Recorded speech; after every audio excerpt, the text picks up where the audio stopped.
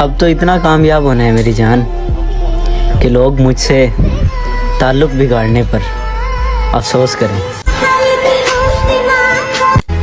कुछ तो बता जिंदगी,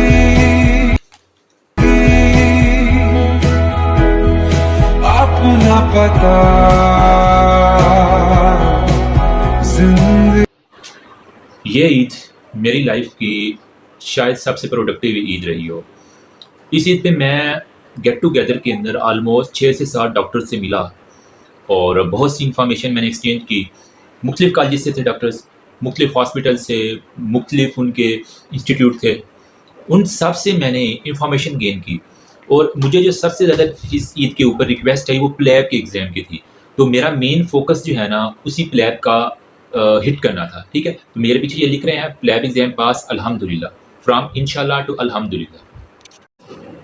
तो इस वीडियो के अंदर A to Z जितनी भी प्लेब की इंफॉर्मेशन है, OET से लेके प्लेब टूर से लेके GMC रजिस्ट्रेशन तक, हर एक चीज़ को मैं इस बोर्ड के ऊपर आपके साथ एक मैप के ज़रिए शेयर करता हूँ। ठीक है, होपफुली इंशाल्लाह इस वीडियो के बाद आप इस काबिल हो जाएंगे कि आप अपना एग्जाम क्लियर कर सकें। कुछ मेरे पास मटेरियल पड़ा हुआ है, पेड भी है, और जो कि मैंने उसको क्रैक कर रखा है। कुछ इधर उधर से दोस्तों से भी मैंने लिया, कुछ डॉक्टर से मैंने कंसल्ट किया, और यूँ कह लें कि ये ईद मेरे लिए ईदी नहीं मिली मुझे, लेकिन बहुत सी ऐसी चीज़ें मिल गई हैं जो आपको इंशाल्लाह से अल्हम्दुलिल्लाह तक प्लेब के पास करने के लिए इंपॉर्टेंट होगी। ठीक है, एक एक चीज़ डिस्कशन करूँगा। कॉस्ट क्या है, अगर किसी के पास पैसे नहीं है प्लेब को एग्जाम करने के लिए, बहुत से मैसेज, उनमें से एक टॉप ऑफ द मैसेज था वो था कि हमारे जो है ना वो इतने हालात नहीं है, फाइनेंशियल इश्यूज़ आ रहे हैं, लेकिन हमने करना है, प्लेब है, हमने मुल्क से बाहर जाना है, तो उसके लिए एक रोड मैप आपको दे सकता हूँ। अगर थोड़े से भी पैसे हैं ना तो वो भी हो। इसके अलावा मैं आपको इस वीडियो में बताऊँगा कि अगर किसी के पास थोड़ी सी इन्वेस्टमेंट है ना तो प्लीज़ रुपीज़ में आप कमाना बंद कर दें, अपनी इनकम को डॉलर के अंदर शिफ्ट करें। क्योंकि अगर वही जो बंदा 30 रुपये दिन के कमा रहा है और दूसरा बंदा जो है ना वो यूँ कह लें कि $1 दिन का कमा रहा है, तो दोनों की अर्निंग में बहुत फ़र्क है। टाइम उतना लगेगा लेकिन अर्निंग जो है ना वो ज़मीन आसमान का फ़र्क हो जाता है। आज के $100 अगर कोई एक बंदा कमा रहा है तो वो पाकिस्तानी 30,000 बनते हैं, जो कि एक मजदूर की आई थिंक तनख्वाह रखी हुई है। ठीक है, तो अगर आप पाकिस्तान, इंडिया, बांग्लादेश इन कंट्रीज़ में रहते हैं और अपनी अर्निंग को अभी तक आप डॉलर में शिफ्ट नहीं कर पाए, तो मेरा ख्याल है आप बहुत ही चंद सालों के अंदर ना बैंक करप्ट हो जाएंगे। ठीक है, अपनी अर्निंग को डॉलर के अंदर शिफ्ट करना शुरू करें, क्योंकि वहाँ से जब शिफ्टिंग होती है पाकिस्तानी रुपीज़ के अंदर तो वो बहुत मैटर करती है। और यहाँ से जब आपने प्लेब के एग्जाम और कोई भी फॉरेन कंट्री के एग्जाम देना तो आपको पे भी डॉलर्स के अंदर करना पड़ता है। तो इस वजह से उनके लिए मेरा थोड़ा सा एक है कि अगर कोई बंदा छोटी सी इन्वेस्टमेंट लेके मेरे पास आए तो मैं उसको किस तरह इस काबिल बना सकता हूँ कि जब तक उसका $1 ना कमा ले। मेरे पास पूरा प्लान है इसके बारे में। ठीक है, वो इंशाल्लाह आपके साथ शेयर करता हूँ। बस थोड़ी सी इन्वेस्टमेंट लेके आनी पड़ेगी आपको, ज़्यादा नहीं, और बाकी आपकी मेहनत है, जितना गुड़ डालोगे उतना मीठा होगा। पूरे प्लान के साथ आ रहा हूँ। ये कोई समझ ले कि जिसको ईदी नहीं मिली मेरी तरफ से वो इस वीडियो को ईदी समझ ले, और अगर किसी ने किसी और को ईदी देनी है तो वो इस वीडियो को लिंक को शेयर कर दिया करे, ताकि बहुत से मैक्सिमम लोगों की हेल्प हो जाएगी। नॉलेज शेयर करने से बढ़ता है और कहीं ना कहीं गहरी तौर पे आपकी मदद होती है। ठीक है, अपने अल्फाज में शेयर कर देने तो ये वीडियो जो है ना वो मैक्सिमम लोगों तक जानी चाहिए, ताकि मैक्सिमम लोगों का फ़ायदा। तो अभी इस वीडियो को हम शिफ्ट करते हैं व्हाइट बोर्ड के ऊपर। पूरी वीडियो देख लेना, स्किप ना करना। ठीक है, इंशाल्लाह आपका ये टाइम जो है ना वो वेस्ट नहीं होगा, ये मैं आपको दावे से कह रहा हूँ। हम देखते हैं कि जब हमने मकान बनाना होता है तो हम उसका एक नक्शा तमीर करते हैं, तो इसी व्हाइट बोर्ड के ऊपर अब मैं नक्शा तमीर कर रहा हूँ। मेरे साथ आ जाओ 2 मिनट के अंदर। बिस्मिल्लाहिर्रहमानिर्रहीम, इय्याक नअबुदु व इय्याक नस्तईन। तो जितने भी मेरे यूट्यूब फैमिली के सब्सक्राइबर हैं जो मेरी वीडियो को वॉच कर रहे हैं, आप सबको यार मेरे पेरेंट्स की दुआएं हैं, मेरी मामा की दुआ है कि आप जिस भी एग्ज़ाम में हों आप सब कामयाब होंगे। ठीक है, मेरे लिए भी दुआ करना। ठीक है, अब इंशाल्लाह जो लोग कह रहे हैं प्लेब एग्ज़ाम हम पास करेंगे, वो अल्हम्दुलिल्लाह कब कहेंगे, इसको मैं सारा A to Z डिस्कशन करता हूँ। प्लेब के क्यों मैंने प्लेब को चूज़ किया, USMLE को लोग क्यों नहीं चूज़ कर रहे हैं आजकल, ये मैंने सारी डिस्कशन करके बहुत ही ब्रीफली मैंने इसके ऊपर सर्च की, इसको खुद जो है ना थोड़ा सा इसका एक्सप्लोर करने के बाद आपके साथ ये वीडियो शेयर कर रहा हूँ। तो सबसे पहला जो क्वेश्चन था वो था प्लेब के स्टेप्स कितने होते हैं। मैं स्क्रैच से शुरू कर रहा हूँ, अगर कोई कुछ भी नहीं ना बता तो उसको मैं बता दूँ कि बेसिकली हमारे पास प्लेब के 3 स्टेप्स होते हैं। ठीक है, नंबर 1 पे आपके पास जो है ना वो बेसिक लैंग्वेज टेस्ट होता है। ठीक है, जो कि क्लियर करना बहुत ज़रूरी है। ठीक, पहले वीडियो सारी देख लेना, ताकि आपको कोई क्वेश्चन हो तो कमेंट में बता देना, उसके ऊपर अलग से हम वीडियो बनाएंगे। तो बेसिक लैंग्वेज टेस्ट जो है ना वो आपने देना होता है। वो कौन कौन से होता है, वो होता है ऑक्यूपेशनल इंग्लिश टेस्ट, या फिर हमारे पास होता है IELTS, मतलब international English language testing system. ठीक, ये हो गया फर्स्ट स्टेप प्लेब के अंदर एंट्री करने का। जिस तरह बच्चा नर्सरी में जाता है तो यही आपका यूँ कह लें कि बेसिक लैंग्वेज टेस्ट जो है ना वो होगा। उसके बाद सेकंड स्टेप हमारे पास होता है, वो होता है हमारे पास जी प्लेब 1। खर्चा कितना आता है मैं सारा साथ साथ आपको डिस्कशन करता हूँ, ठीक है। प्लेब 1 सेकंड स्टेप है, ये 2 क्लियर करेंगे तो आप जो है ना वो थर्ड स्टेप की तरफ मूव करेंगे, जो कि हमारे पास है जी प्लेब 2, ठीक। अब अगर जिस तरह OET है ना, ऑक्यूपेशनल इंग्लिश टेस्ट, प्लेब का भी एब्रीविएशन होता है professional and linguistic assessment board, ठीक। इसकी जो है ना हमें खास रजिस्ट्रेशन लेनी होती है, जिसे हम GMC रजिस्ट्रेशन कहते हैं, वो सारी आपको प्लेब 2 के बाद जो है ना वो लेनी पड़ती है। जो शॉर्टेस्ट टाइम के अंदर आप प्लेब को किस तरह क्रैक कर सकते हैं वो मैं आपके साथ शेयर कर रहा हूँ। मेरी पर्सनल प्रेफरेंस जो है ना वो स्टेप 1 के अंदर OET एग्जाम है, ऑक्यूपेशनल इंग्लिश टेस्टिंग जो है ना वो लैंग्वेज टेस्ट, वो हमारे पास है। ये मेडिकल से रिलेटेड एग्जाम होता है, आसान होता है, ठीक है। नंबर 1 पे मैं इसका स्टेप लिख देता हूँ, ये हमारे पास इजी है, ठीक है, और हमारे पास ये पास करना बहुत इजी है और प्रोफेशनल रिलेटेड है हमारे मेडिकल से। जबकि जो आइट्स है ना ये है तो मुश्किल, ठीक है, लेकिन इसका थोड़ा सा खर्चा कम है। तो ये यूँ कह लें कि ये हमारे पास थोड़ा सा सस्ता है पैसों के लिहाज से, ये थोड़ा सा महंगा है। लेकिन अगर हम महंगा एग्जाम, थोड़ा सा ज़्यादा नहीं महंगा, थोड़ा सा महंगा है लेकिन इजी है, तो हम जल्दी इसको क्लियर कर सकते हैं। आइट्स वो लोग देंगे जिनकी इंग्लिश स्कूलिंग बहुत अच्छी हुई है या जिनकी वो ना वरासती तौर पे इंग्लिश बहुत अच्छी है, तो उनके लिए ये बेस्ट है एग्जाम आइट्स का, क्योंकि इसमें पासिंग क्राइटेरिया थोड़ा सा टफ हो जाता है। तो सबसे पहले हमने कहा कि OET जो है ना वो हम एग्जाम देंगे, ठीक। उसके बाद आपने जी प्लेब 1 को बुक करना होता है। एक्सपेंसेस हम पहले स्टेप कर लें, उसके बाद मैं आपको एक स्पेसिफिक अमाउंट बताऊंगा, कमानी किस तरह है, किधर से लेके आनी है वो भी बताता हूँ। सेकंड स्टेप हमारा है जी प्लेब 1, वो आपने बुक करना होता है और मोर लेस 3 माह के वक्त के अंदर जो है ना वो आपको मिल जाती है, ठीक है। तो ये सेकंड स्टेप है। मैं कहता हूँ कि आपकी ज़िंदगी का ये सबसे आसान तरीन एग्जाम हो सकता है, प्रोफेशनल एग्जाम है, ठीक है। प्रैक्टिकल जो है ना बेस इसकी होती है कि हमने, अगर मैं कहता हूँ अगर आपने प्लेब 1 का एग्जाम दिया ना और फिर आप किसी और प्रैक्टिस के अंदर जाते हैं तो आपको पता जाएगा हाँ ये मैंने प्लेब के अंदर MCQs पढ़ा था, अब ये पेशेंट की मैनेजमेंट ये है। कुछ लोगों का ये ज़िंदगी का सबसे आसान ईजीएस्ट एग्जाम जो है वो प्लेब 1 होता है मेडिकल की लाइफ के अंदर, ठीक। अगर आपने तैयारी की है तो आपके लिए बेहतरीन। वैसे भी कहते हैं कि ये बाकी एग्जाम की निस्बत बहुत ही आसान एग्जाम है और ये वाला एग्जाम आप पाकिस्तान के अंदर प्लेब 1 दे सकते हैं। तो अभी तक आपके जो फर्स्ट 2 स्टेप हैं वो आपकी अपनी कंट्री, जो इंडिया से देख रहे हैं वो इंडिया में, जो बांग्लादेश में देख रहे हैं वो बांग्लादेश से, ठीक है। तो ये आपके अपने कंट्री के अंदर हो जाएंगे प्लेब 1 भी और OET भी, ठीक है। अब जो OET है इसका लिमिटेड टाइम होता है आपका 2 साल के लिए वैलिड होता है, उसके बाद फिर ये एक्सपायर हो जाया करता है, फिर आपको दोबारा से देना पड़ता है, ठीक है। उसके लिए भी हम जुगाड़ लगाते हैं, किस तरह पास करना है, सारी स्ट्रेटजीज मेरे पास हैं, क्योंकि ये मैंने इसी के ऊपर ही जो है ना वक्फ कर दी है लोगों की। मैंने कहा शायद मेरी वजह से किसी की हेल्प हो जाए। नंबर 3 जो है ना हमारे पास है वो है प्लेब 2, ठीक है। ये सिर्फ और सिर्फ आपका UK के अंदर, मैनचेस्टर के अंदर जो है ना वो आपको जाना पड़ता है, ठीक है। यूँ कह लें कि जिस तरह हमारा OSCE का एग्जाम होता है ना, सेम वैसा ही होता है। आपको प्रिटेंड करना होता है कि आप डॉक्टर हैं, ठीक है, और आपके सामने एक मरीज बैठा हुआ है, एग्जामिनर आपको देख रहा है, आप उससे डील किस तरह कर रहे हैं। तो ये हमारे सारे डीलिंग और वो एक्टिंग जो होती है ना सारी की सारी, वो प्लेब 2 के अंदर आपको दिखानी पड़ती होती है। जो ही आपका प्लेब 2 होता है तो आप वेरी नेक्स्ट डे आप GMC की रजिस्ट्रेशन के लिए अहल हो जाया करते हैं विद इन 24 आवर। नाउ अब इसको मैं शिफ्ट करता हूँ, why choose PLAB not USMLE। USMLE सिर्फ अब अमीरों का खेल है, ये भी है तो अमीरों का खेल ही, लेकिन इसके अंदर थोड़ा सा पैसा कम है। प्लेब मच ईजियर है, ठीक है, और यूँ कह लें कि मोर फ्लेक्सिबिलिटी है इसके अंदर, डिसेंट वर्किंग आवर्स हैं, आपको अंदर छुट्टियाँ मिल जाया करती हैं, ठीक है। अब आपने USMLE देना है तो आपने 3rd ईयर से तैयारी करनी होगी, ठीक है। उसके लिए USMLE के लिए आपने 3rd ईयर के अंदर तैयारी करनी है और इसी के अंदर एग्जाम देना टिल फाइनल ईयर। आपका स्टेप 1 जो है ना वो क्लियर होना चाहिए USMLE के लिए, ठीक है। ये बेस्ट वे है जो आजकल फॉलो हो रहा है कि 3rd ईयर से तैयारी, ठीक है, और उसके बाद वहीं से 3rd ईयर के एंड पे या 4th ईयर के एंड पे लोग एग्जाम देते हैं स्टेप 1 का, वरना फिर फाइनल ईयर तक तो उनका क्लियर हो जाना चाहिए हर सूरत स्टेप 1। उसके बाद वो स्टेप 2 की तरफ प्रोसीड करते हैं। लेकिन इसके लिए जो खर्चा है आपका वो यूँ कह ले प्लेब का 2.5 गुना ज़्यादा है। अगर इसके अंदर 20 लाख रख रहे हैं तो इसके अंदर 50 लाख 60 लाख रख रहे हैं, फिर उसके अंदर एक्सपेंसेस वो सारे के सारे आ जाया करते हैं। लेकिन जो कुछ हर चीज़ के नुकसान भी होते हैं, फ़ायदे भी होते हैं। USMLE आपको पे बहुत ज़्यादा करता है। मैं कहता हूँ कि आप बम बन जाते हैं, मशीन बनाने वाली, पैसा बनाने वाली, डॉलर बनाने वाली मशीन बन जाते हैं, और इतना पैसा छापते हैं आपसे संभाला नहीं जाता। वो कहते हैं ना बेड के ऊपर भी पैसा रख के सोना, तो वो वाला काम USMLE के अंदर होता है, ठीक।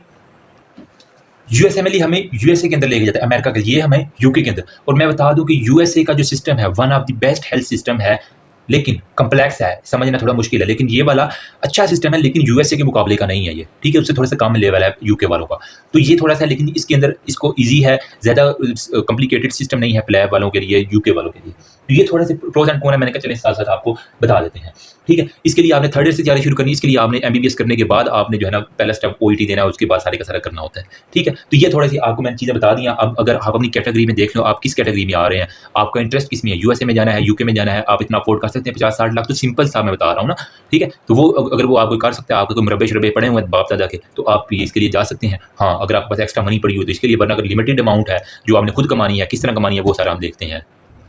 अब हम शिफ्ट हो रहे हैं इनके खर्चे के ऊपर। एंड में हमारे पास एक पूरा मैप आ जाएगा जिसके मुताबिक हम चलेंगे, ठीक। अब हमारे पास जी खर्चा कितना आएगा ओवरऑल, तो हमारे पास जो OET का एग्जाम जिन लोगों ने देना है ना, उसके लिए आपके पास एक अमाउंट होनी चाहिए जो है 587 ऑस्ट्रेलियन डॉलर, ठीक है। तो आपके पास OET के लिए हमारे पास एग्जाम के लिए जो अमाउंट चाहिए वो है 587, ठीक है। चेंज भी हो सकती है लेकिन अभी तक यही चल रही है, जो कि हमारे पास है ऑस्ट्रेलियन डॉलर, ठीक है। ये आपको पे करना होते हैं। अब यूं कह लें कि एक ऑस्ट्रेलियन डॉलर ऑलमोस्ट 200 रुपए का चल रहा था अभी तक, तो ठीक है। अब जिस तरह पाकिस्तान के हालात है ऊपर नीचे हो सकता है, तो मोर और लेस 1,20,000 1,30,000, तो चले हम ज़्यादा से ज़्यादा 1,30,000 जो है ना वो हम ना कर लेते हैं। 130 लाख जो है ना आपको इस OET एग्जाम के लिए चाहिए होगा, ठीक है। इसीलिए मैं कह रहा हूँ ये थोड़ा सा महंगा एग्जाम है लेकिन सस्ता एग्जाम है, जल्दी पास हो जाता है। तो थोड़ा सा खर्चा कर लो लेकिन जल्दी हो जाएगा आपका एग्जाम पास, ठीक है। ये हमारे पास, फिर हमारे पास जी हमने दिया है जी प्लेब 1। तो प्लेब 1 के लिए आपके पास टोटल अमाउंट जो है ना वो आपको 250 पाउंड्स चाहिए होते हैं, ठीक है। अब ये 250 पाउंड मोर और लेस 90,000 बन जाता है, ठीक है। तो 90 के 90,000 तक 1 लाख चलो लगा लो, आने जाने का खर्चा भी और वो सारे का सारा, तो ये आपका हो जाएगा ये प्लेब 1 के लिए खर्चा, ठीक है।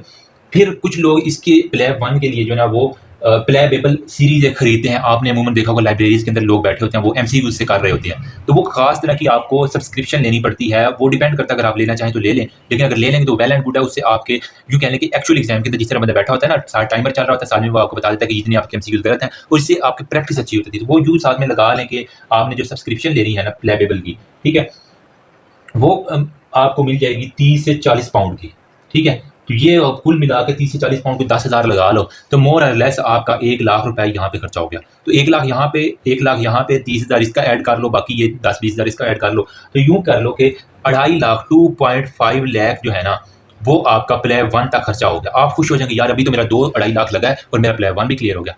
अगला खर्चा प्लेब 1 के बाद आपका होना है जितना भी होना है, 18-20 लाख जो हम एस्टिमेटेड लगाते हैं ना प्लेब का खर्चा, तो वो होना 2.5 लाख आपने इस जर्नी OET और प्लेब 1 के दौरान आपने खर्च कर लिया। आपका अल्लाह के फजल करम से इंशाल्लाह से अल्हम्दुलिल्लाह के अंदर आप प्लेब 1 के अंदर शिफ्ट हो चुके हैं।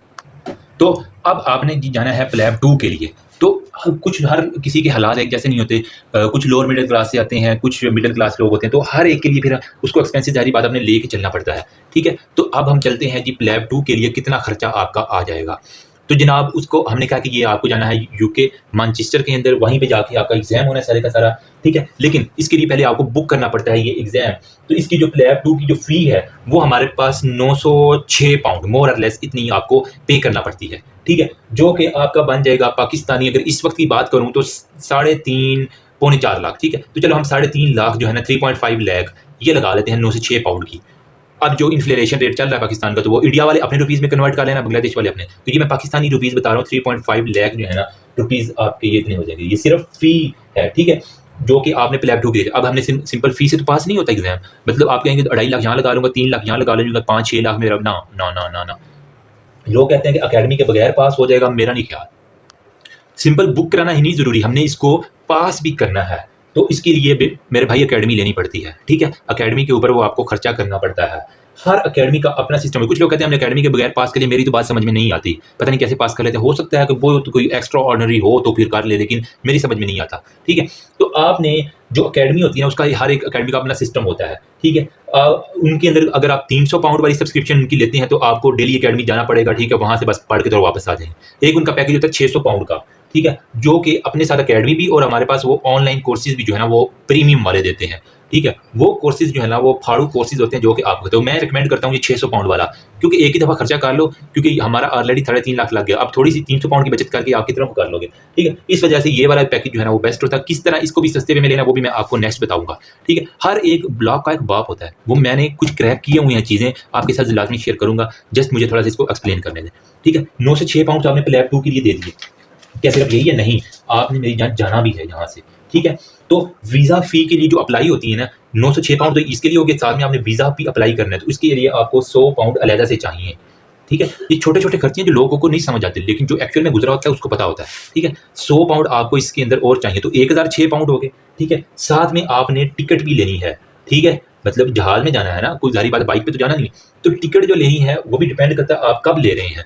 सस्ती टाइम भी होता है टिकट का और पीक टाइम भी होता है, जिस तरह अगर आप लें ना ये साल के एंड के ऊपर, क्योंकि उनका वो क्रिसमस और वो सारे चलना होता है तो टिकट महंगी हो जाया करती हैं जी। यही जिस तरह हमारे पाकिस्तान में ईद के ऊपर टिकट महंगी हो जाती है इसी तरह होता है, तो इसके लिए भी जुगाड़ होता है हमारे पास। अगर आप सस्ती टिकट आपको मिल जाती है तो वो 600 पाउंड तक मिलेगी। अगर आपने कोई महंगी टाइम के वक्त आपने टिकट बुक करवानी है तो वो आपको 800 से 900 पाउंड तक जो है ना वो मिल जाएगी, ठीक है। मतलब जितनी ये फ़ी है उतनी ही आपको इसके ऊपर टिकट के ऊपर चार्जेस लग जाएंगे। अब वहाँ पे जाके क्या आपने फुटपाथ के ऊपर रहना है? नहीं, आपको वहाँ पे साथ में अकोमोडेशन भी चाहिए, ठीक है। तो वो अकोमोडेशन की फ़ी अलग होगी, आप डिपेंड करता है 1 माह के लिए रहना है आपने तो वहाँ पे, और किस शहर में रहते हैं ये भी डिपेंड करता है। अगर आप वहाँ पे यूँ कह लें कि किसी लिवरपूल सिटी के अंदर रह रहे हैं तो 500 से 600 पाउंड आपका खर्चा होगा। अगर आप वहाँ पे लंदन के अंदर जिस तरह नवाज शरीफ रह रहा है तो आपका 1000 पाउंड सिंगल बंदे का जो है ना वो आपको यूँ कहने का खर्चा हो जाएगा।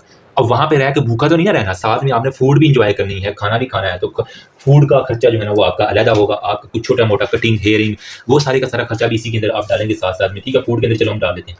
तो अब आप अगर बहुत ज़्यादा खाते हैं तो 300 से 400 डॉलर तो मिनिमम है ना आपका खाने का खर्चा, तो यहाँ पे हम 300 से 400 पाउंड जो है ना वो आपका यहाँ पे आ जाएगा। साथ में अगर आप घूमने फिरने के शौकीन है, ब्लॉगर भी हैं, तो आपका जो है ना वो 200 पाउंड ट्रैवलिंग का भी साथ लगा लो इधर उधर आने का, तो ये भी आपका साथ में आ जाएगा खर्चा।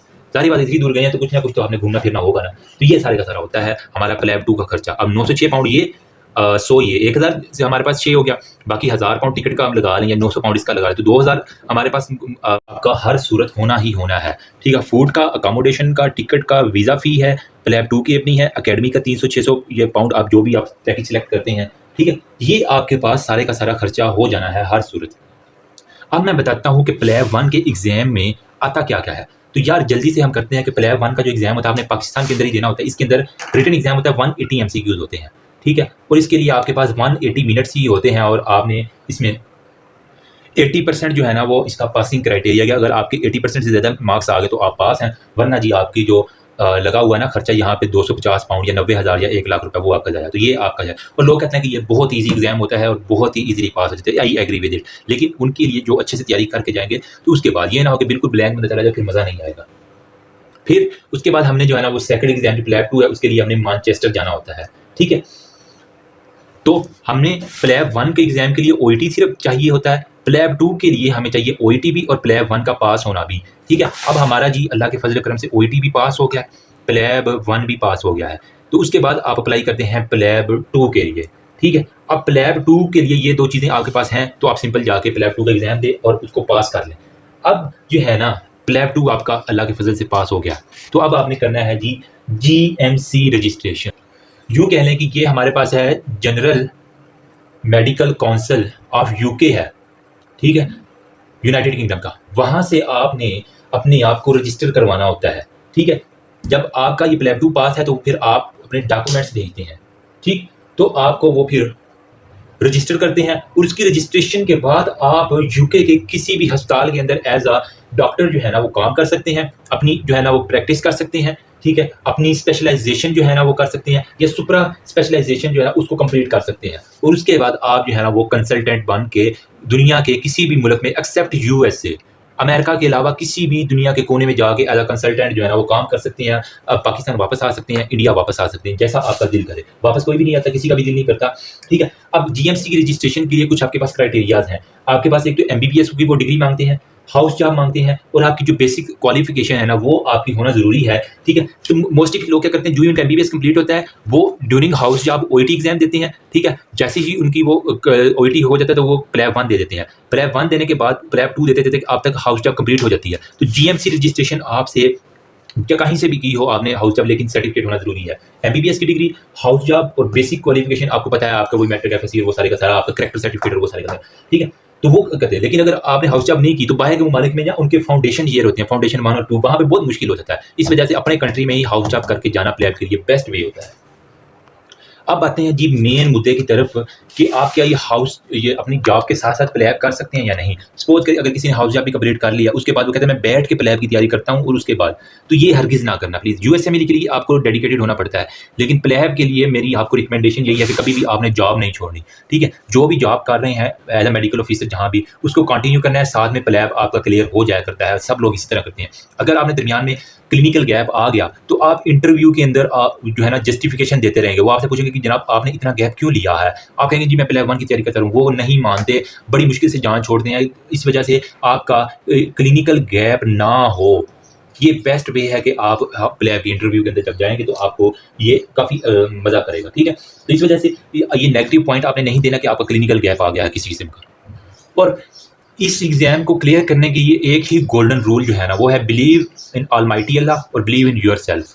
मैंने बहुत से लोग देखे हैं जो कभी ज़िंदगी में फ़ेल नहीं हुए लेकिन प्लेब के एग्ज़ाम में फ़ेल हो गए हैं, और बहुत से देखे हैं जो सप्ली होल्डर हैं जो डिटेन थे और फर्स्ट अटैम्प्ट में प्लेब 1 उन्होंने पास किया, प्लेब 2 पास किया और आज यूके में बैठे हुए हैं। लक की गेम है, अल्लाह पे यकीन रखना, do your best and leave everything on almighty Allah. इंशाल्लाह वो बेहतर करेगा। खुदा की ब्लेसिंग के ऊपर हमेशा यकीन रखना, ख्वाह आप कितने भी नल्ले हो नलायक हो, मेरे से भी गए गुजरे हो ना, मैं तो अपने आप को नहीं मानता, लेकिन अगर मुझसे भी कोई नलायक है ना तो वो भी पास कर सकता है, ठीक है। अब मैंने कुछ एक्सपेरिमेंट इन सब के ऊपर करने हैं कि आपके साथ शेयर करना है कि किस किस तरह आपने करना है ओईटी को एग्जाम, ठीक है। अब हम एक रफ सा एस्टिमेट लगा लेते हैं। ये जो पाउंड है ना, 1 पाउंड अभी पाकिस्तानी रुपीज़ चल रहा है 364 रुपीज़। जो इंडिया वाले हैं वो अपना कन्वर्ट कर लेना, जो बांग्लादेश वाले हैं वो अपना टके के अंदर कन्वर्ट कर लेना। जबकि 906 पाउंड अगर मैं लगाऊं तो ये मेरे पास कुल बनेगा, यूँ कह लें 3.5 लाख रुपए, ठीक है। 100 पाउंड कितने का होगा? 1 पाउंड 364 का है, तो 100 पाउंड हमारे पास कोई 36,000 रुपये या 40,000 रुपये, चलो इसका लगा लो वीज़े का। टिकट का अगर हम 800 पाउंड की टिकट लेते हैं तो वो हमें पड़ जाएगा कोई मोर और लेस 2,90,000 91,000, चले 3 लाख हम इसका टिकट का लगा लेते हैं, ठीक है।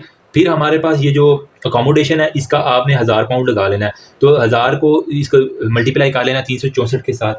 फिर फूड का चले हम 400 भी कम खर्चा कर लेते हैं जी, 400 रुपये हमने फूड का लगा दिया, ठीक है। तो वो हमारे पास कोई बन जाएगा 1,82,000 या इतना, ठीक है, यानी 2 लाख इसका रफ एस्टिमेट लगा लो। कहते खाने खाते खुते इतना हो ही जाता है, आप जितनी मर्जी बचत कर लें, जितना मर्जी फाके कर लें, एटलीस्ट खाना तो है। 2 लाख इसका लगा लो आप, ठीक है। बाकी कोई घूमना फिरना है अगर आपने, उसका 700-800 लग जाता है, वो आपके ऊपर डिपेंड करता है कितना वो बचा लेते हैं। ट्रैवल का आने जाने में उधर जो खर्चा है उबर क्रीन का, तो वो कोई 200 पाउंड मैंने बताया, कोई 72,000 रुपये, कोई चले 80,000 लगा लें, और हो सकता है वहाँ पे अब थोड़े से रेट ज़्यादा हो गए ऊबर क्रीन के भी, तो वो लगा लें। बाकी हमने जो ऑनलाइन अकेडमी का कोर्स किया है वो 600 पाउंड का है, जो कि हमारे पास बनते हैं 2,20,000 रुपये। तो अगर इन सब को मैं कैलकुलेट करूँ तो 3.5, 5, 6 वो, और इसका हमने लगाया 100 पाउंड का 36,000 40,000 इसका लगा ले, रफ एक एस्टिमेट लगाऊँ तो 15 लाख रुपए इधर ही बन गया है, सिर्फ हमने रफ एस्टिमेट लगाया है, ठीक है।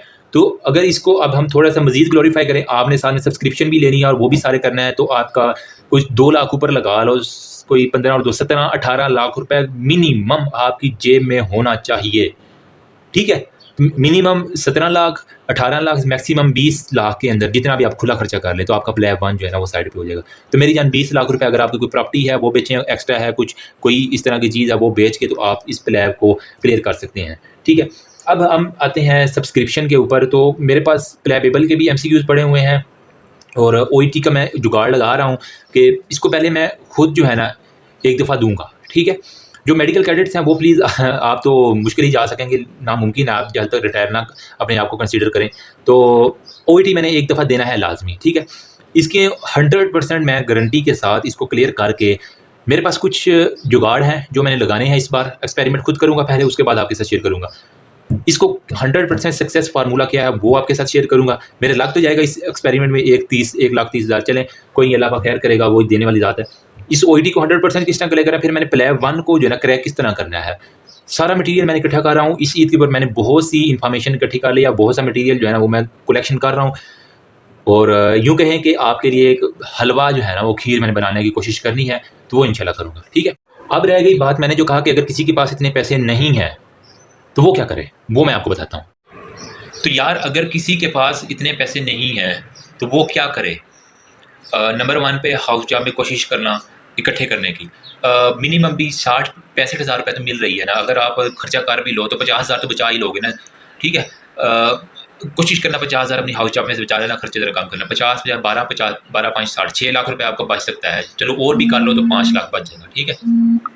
तो 5 लाख अपनी हाउस जॉब में आप बचा लेना। तो इस दौरान कोशिश करना अपना OET और प्लेव 1 ये आपने इस दौरान हाउस जॉब के दौरान जो है ना एंड तक आप जब हाउस जॉब करो या हाउस जॉब के एंड के फ़ौरन बाद आपका प्लेव 1 क्लियर हो जाना चाहिए, OET और प्लेव 1 जो कि आप हाउस जॉब की पे से कर सकते हो। यस, ठीक है। मसला रह गया ऊपर वाला जो खर्चा है ना 10 12 15 लाख रुपया, वो किधर से? तो उसके लिए आपके पास मुख्तलिफ ऑप्शन है। यहाँ मैं साइड पे स्क्रीन पे शो कर दूंगा। मैंने एक प्लान दिया है, आप किस तरह दुबई जा सकते हैं, आयरलैंड जा सकते हैं। आयरलैंड के लिए सिर्फ आपका OET पास होना जरूरी है। वहाँ पे जाके आप जॉब करें आयरलैंड के अंदर, ठीक है, एज अ मेडिकल ऑफिसर। वहाँ से आप कमा के फिर वहीं से रोटेट कर जाएं आप UK के लिए। एक ये प्लान है। दुबई जा सकते हैं, दुबई टैक्स फ्री एरिया है, ठीक है। आयरलैंड में टैक्स लगता है लेकिन वहाँ पे भी आप कमा सकते हैं।